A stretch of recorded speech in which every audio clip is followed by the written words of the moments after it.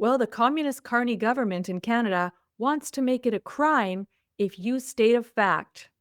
They want to add to a bill that if you state that no First Nations bodies of any kids have been dug up in Kamloops, you can go to jail just for stating a fact. Listen to this. And then I'm going to talk to you about some new catastrophe treaties that are going through in BC and the chaos that it's causing, and a bunch of videos that everybody needs to see. Will the First Nations be heard? They are suffering a lot of pressure with regard to the complete denial of the burial grounds of our ancestors who went through residential schools. There's also the Truth and Reconciliation Commission that was created by the government, and also the inquiry on missing and murdered Indigenous women and girls. So all of these exercises have taken place in this democracy, but there is still very powerful denial. So can you ensure me that if there are amendments proposed by First Nations, there will be an openness to really believe what is happening to them? Thank you. Do you get what she's saying? She's so manipulative. She puts everything into one pile. Nobody's denying that there was missing women and Indigenous girls, a lot of them prostitutes that went missing from the downtown east side, along with white prostitutes as well. And nobody's questioning that there are missing prostitutes. So that has nothing to do with hate speech. Do you see what she's doing? She said the First Nations are feeling pressure in regards to the burial grounds. And so she's talking about denial of burial grounds, yet they were given millions to bring up these so called graves. They refused to, they took the money, they spent most of it on marketing. So what she's saying is if people say, please prove there's a whole bunch of dead children in an orchard, she's saying we're not even allowed to ask anymore. You just have to trust.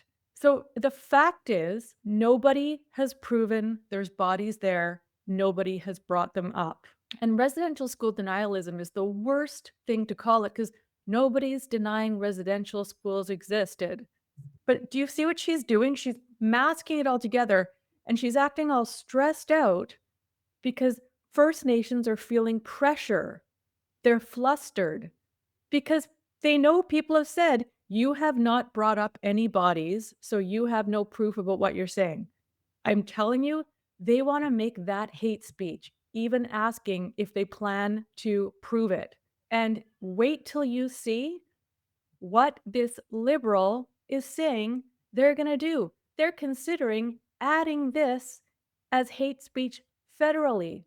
Some of you guys remember in British Columbia, where I live, they wanted to do that, but it didn't fly. Now, Carney's got his majority, and they want it to be a crime to ask questions. Listen to this. Senator Wells? Question, and absolutely, we know that there is a bill in the other place that is looking at residential school denialism as well. Unbelievable the direction this country is going. Okay, so you may have heard there's an addition to the Gong Show in British Columbia where there's these new treaties that are going to be put through. And they say that they've taken 30 years to figure this out. Well, a lawyer just looked at them and said, oh my God, they've done like a bait and switch. Those are my words. I'll read you a little bit of his long article here. Dwight Newman, thank you, from Substack, called Law for Breakfast. They have slipped in UNDRIP again into these new treaties, which will make this not solidified, not a done deal. And every 5 to 10 years, I'm unclear. Some people say it's 5, some people say it's 10. They can look at changing it again. It's an endless chaos. I'm going to show you guys a video that Dallas Brody put out because she saw the chaos over in Victoria. And this lawyer caught it and he's like, what are they doing? And mainstream media is not covering this. And Dwight is saying right here in the article that this will actually erode more trust in the institutions, meaning the NDP and what they're doing. So I'm going to show you a video from Global News as well, where the First Nations are all mad at David and he's supposedly suspending DRIPA. But in these treaties, he's making it so that it's a gong show forever. let me tell you what this lawyer has said. So, what he says he's done here is British Columbia departed from the underlying agreements in principle. So, it's called AIP. And he decided to look into this a bit more and found even more changes compared to those already highlighted. He's done a bunch of stuff on UNDRIP. So BC has 3 new modern treaties negotiated that involve the federal government that now need ledge and parliamentary approval of treaty implementation. So there's hundreds of pages and they all have the AIPs, underlying agreements and principles. Now he says normally it would be a great thing to have these treaties done, sealed, and delivered. But the BC government has done different things in these treaties than ever before, and it is muddying communications around them in ways that are deeply problematic and will cut against trust in institutions. So he's saying first, the AIP took the traditional approach of using a modern treaty to achieve legal certainty, often seen on the public side as the main point of negotiating modern treaties. Exactly. But the treaty takes the living agreement approach that avoids extinguishing or even modifying rights. And I'm just doing the Coles notes quickly here. But this is a different approach compared to that in previous treaties and in the AIP. Going along with this approach is an avoidance of finality in the treaty. There are instead to be periodic renewal discussions. These are to consider various matters that may give rise to desires for changes to the treaty, including changes in law or policy and whether there is progress being made on the common objectives defined earlier in the treaty. And the most important thing is implementing the United Nations Declaration on the Rights of Indigenous People in accordance with the Constitution of Canada. So here we go again, putting UNDRIP in there to cause chaos. And there's already, I'll show you with Dallas's video, there's already other Indigenous bands freaking out about this treaty, and they're already fighting and wanting to come after them. So he says that provision about implementing UNDRIP is a new provision compared to the AIP. So it's now slipped in there. A search of the AIP actually shows no mention of UNDRIP. So David Eby is pretending that he wants to get us out of this, sort of, but it's there. And it says the United Nations Declaration on the Rights of Indigenous Peoples is an authoritative source for the interpretation of this agreement. So that's what's getting us into trouble in the courts. It says in technical legal terms, that provision does not precisely entrench UNDRIP in the treaty, but one wouldn't be unreasonable to describe its effects that way. And this is a lawyer talking, and we've seen what's happened with all the lawsuits and UNDRIP, and then the courts decide, and it's a mess. It does say any interpretation must seek alignment with UNDRIP, and a treaty must be shaped by UNDRIP. And UNDRIP has taken on a role never set out in the original AIP, but now present in the treaty. So if you read the whole thing, which is very long, it's going to cause a future gong show. BC's reconciliation agenda is like a bad joke. The NDP introduced 2 bills this week that brought forward 2 new treaties in British Columbia, one for the Comox Band and one for the Kitselis Band. Now, before the ink is even dried on those, several other First Nations have challenged the validity of those treaties and have demanded that both of them be paused so that they can advance their claims over the same lands. The first treaty was for the Comox Band, you know, the band that just kicked out over 100 seniors from their trailer park. The Comox Treaty is now being challenged by the Way-Wy-Cum First Nation, and it says that this bill will have serious impacts on the core territory of the Way-Wy-Cum First Nation. The second treaty for the Kitselis First Nation has been challenged by 2 groups. One is called the 9 Allied Tribes, and then another is called the Lax Kw'alaams Band. They are now demanding that this treaty also be paused, and they claim that the territory granted under this Kitselis Treaty has granted over 90% of the land that they claim. We were told this week in the legislature that these treaties have taken over 30 years of hard work, grueling work by treaty commissioners who traveled the province away from their families, children, homes, lives, hobbies, their gardens, in order to reach these incredible conclusions. But how is it in the course of 30 years, these gifted treaty commissioners forgot to take into account that, for example, 90% of the land they're giving to the Kitsalis band or the maybe it was the Comox band actually is claimed by another band? Does the left hand not know what the right hand is doing? Or is this whole thing a performative mess? Let's be clear. I am not trying to say that more work on this would have made a big difference. What I'm trying to say is that this whole thing is rubbish. It's absolute nonsense to think all of this money can continue to be paid towards this reconciliation industry, all of these treaties supposedly being reached, and that it's going to make a jot of difference to any of these bands. And let's not forget, both of these treaties that were presented this week get opened up every 5 years for renegotiation.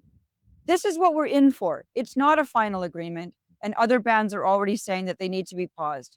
One of the funniest things about this is that the Lex Kualalams band is saying that the Kitsalis band had a duty to consult with the Lex Kualos band before making this deal. So now we've got bands enforcing a duty to consult, free, prior, and informed consent, nation to nation, band to band, I guess after they've already done this with the rest of the British Columbians. So we're looking at all corruption and consultations all the way down, forever and ever, on into the future. This is going to be a never-ending consultation circle.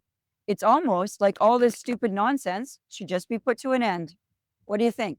Yeah, David Eby has just made this, and I mean, this is never going to end. It's just going to be millions and billions of dollars spent on lawyers and experts forever. This is what they're doing to our kids. BC is broke, and David Eby and the NDP government is making it more of a gong show. UNDRIP has to go. Now, you may have noticed that Dallas Brody said this won't make a bit of difference. What she's talking about, and we've talked about this on my show when she came on, is that this money is not reaching the band members. And if you don't know who she is, I want you guys to go follow this lovely Indigenous woman. I've taken a couple of clips from her video, and this is an updated video of her saying it is not going to make any difference. And these people and these leaders are just, federal and provincial patsies and very selfish. All of them, all these chiefs and these counselors are running around victimizing their people, victimizing themselves. It just proves that they're weak. It just proves that they're not for their people. She's talking about the leaders that deal with the government. Here we go. They're not for their people. They're for what they can extort and steal from their people. Because if they really truly cared about their people, they would have been working with their people with these deals. How are we supposed to trust any of our chief and councils as Aboriginal people throughout British Columbia and Canada when they're doing these land deals behind our backs? Yeah, I mean, they're going to say, oh, you voted for it. Well, you know what? Aspen, where I'm from in British Columbia, also known as Cannon Lake, when they voted for the final phase of treaty, they didn't even have enough votes for that. They did not have a majority vote. So what did our chief and council do? They pushed it through. They're the majority vote. It's how they handle everything when they don't like something. They've literally been able to silence their people in that way. They've created policy where the people's voice or the people's wants and needs don't matter. If that's what they want, that's what they're going to do. because they speak on our behalf. You know, they've taken our voice and our rights, our basic human rights from us as Aboriginal people. A majority of these bands have. A majority of these bands have created policy to silence their people. And they have full control of what they do and the choices they make. That is another reason why they're so weak. They're weak leaders. They're leading from victimhood. They victimize themselves and their people to the point that they don't know how to create or build anything. If they were smart, if they had any integrity, if they had any true want of reconciliation and truth with not only the Aboriginal people, which they should be working on and healing on before they even try to go through the final stages of treaty / line claims. If they were truly about truth and reconciliation as they sit there and they whine and cry about it, they would have brought forward to the non-Aboriginal people, hey, this is what we're doing. This is something that's in the works. What would this look like for you? She also talks about a US band. I'm going to edit in something about that. There's now a US band that is, the courts have given a right to have a say in our resources or blocking our resources. She complains about that as well. Our courts are literally letting American Indigenous have a say in BC because of all these woke judges. And so now that's pissing off the Indigenous up here. Like, I don't know what, like David Eby is like purposely destroying this province. It seems like it. Now I used to say that he was doing it on purpose, this whole UN thing. Some of you may just think he's an idiot. Maybe it's both. But this is not getting better. It's getting worse. Okay, here she talks about the greedy Aboriginals. She's talking about the ones that are, showing up and being on the news. And this is interesting too. Have the audacity to sit there and tell everybody else around the world truth and reconciliation with the Indian people when they can't even truth and reconcile with their own people on their own reserves. We are in a dark, dark, dark place as Canadian people. It doesn't matter if we're Aboriginals or not. Where these greedy Aboriginal peoples are leading us right now is to it's an economic collapse in British Columbia. It really is. And they have this delusional thought that it's just going to all work out because that's what they've always been told. That's what Aboriginals have always been told all the time. It's just going to work out. Just trust the process. Just let it go. It's going to work out somehow. It's going to provide. This is on a mass level. You're destroying people's lives. People who worked their whole lives from their houses, their farms, their ranches, all kinds of shit. And you think you could sit there and cry truth and reconciliation and freaking provide nothing, do nothing for these people, give them no information. They're supposed to sit there and blindly trust you when your own people, a majority of them, don't even trust you as it is. And you're going to sit there and cry truth and reconciliation? Are you fucking serious? Again, that's Bernadette Anderson on Facebook. Okay, here's some of the people that she's talking about. Premier David Eby, the province has steadily backtracked. Not backing down and making it personal.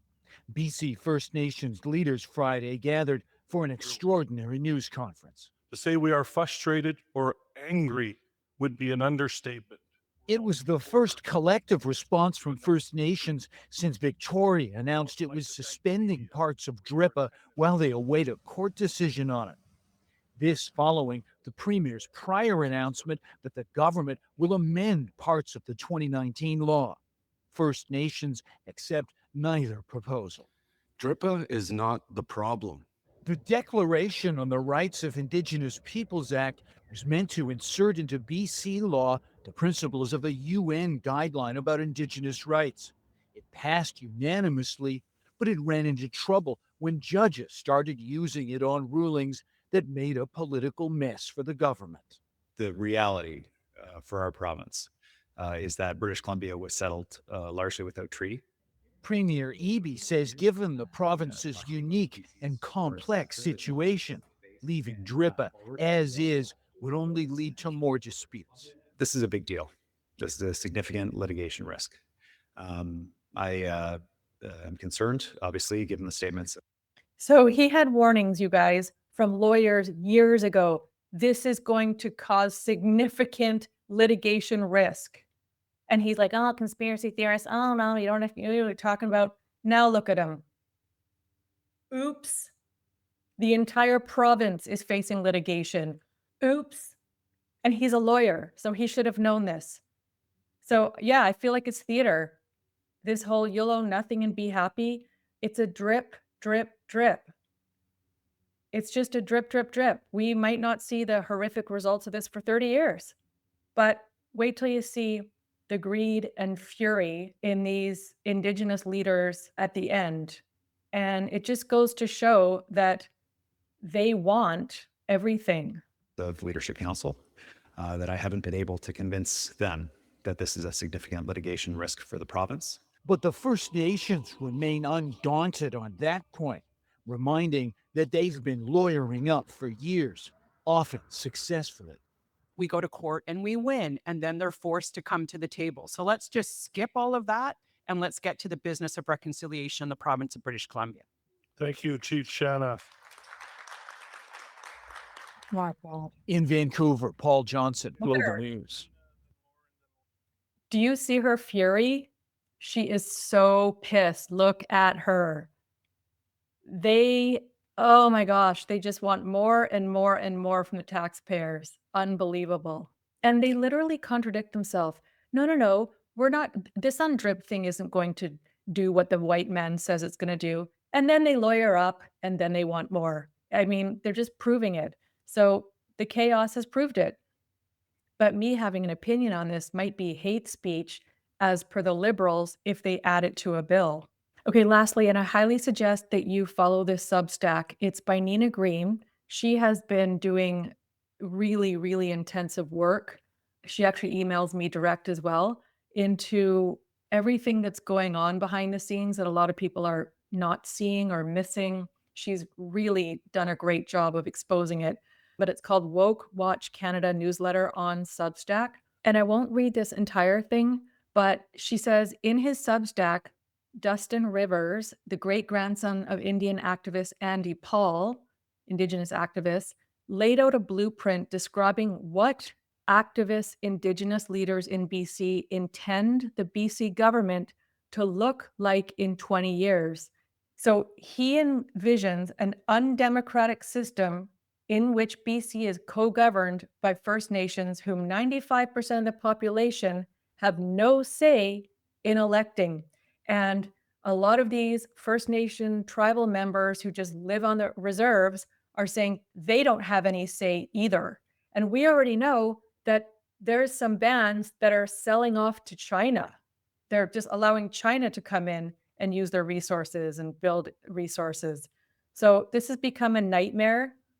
And he also envisions implementing DRIPA by replacing any judicial oversight the courts might have over that undemocratic system with an Indigenous rights tribunal whose decisions about BC laws could be registered and enforced as BC Supreme Court decisions. She explains in this article and in other articles just how powerful this dude is.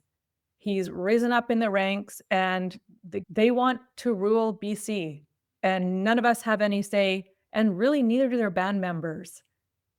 Like these are wealthy people. They want to run it like royalty. They talk about colonizers being the problem, but they literally want to rule BC like a monarchy where there's the peasants and they tell us what we can do with our land, what we can't do with our land, and there's no oversight. They're taking democracy right out of BC, this tiny 3.5% population of BC. They don't want equality. They don't want First Nations people to be equal with the rest of us. They want to completely rule us like the old monarchs did. It's actually pretty evil what's happening. Please don't vote for the NDP. You've got to vote for other parties who will get rid of DRIPA. Thank you so much for tuning in. Please like, subscribe, and share. I will see you at the next one. Did you know if the banks do a bail-in, they can take the contents in your bank vault? But storing your gold and silver at home could be a huge security risk. Every day, our dollar is worth less and less. Inflation is stealing the only savings families have. Now more than ever, it's so important to hedge the savings you've worked so hard for. Banks have been failing all over the world, and social credit has all but arrived. But did you know you can do wholesale price vaulting and retail delivery from the most prestigious, reliable company in Canada? Did you also know if you decide to leave Canada, your gold and silver can be sent right to you after you arrive to your destination? The only company I personally use and trust are those awake guys at New World Precious Metals. Take control of your family's future. You can just click the link in my show description or type in the web address libertytalkcanada.ca/gold to get on their mailing list, attend their webinar, or book an appointment. Let them know Odessa sent you.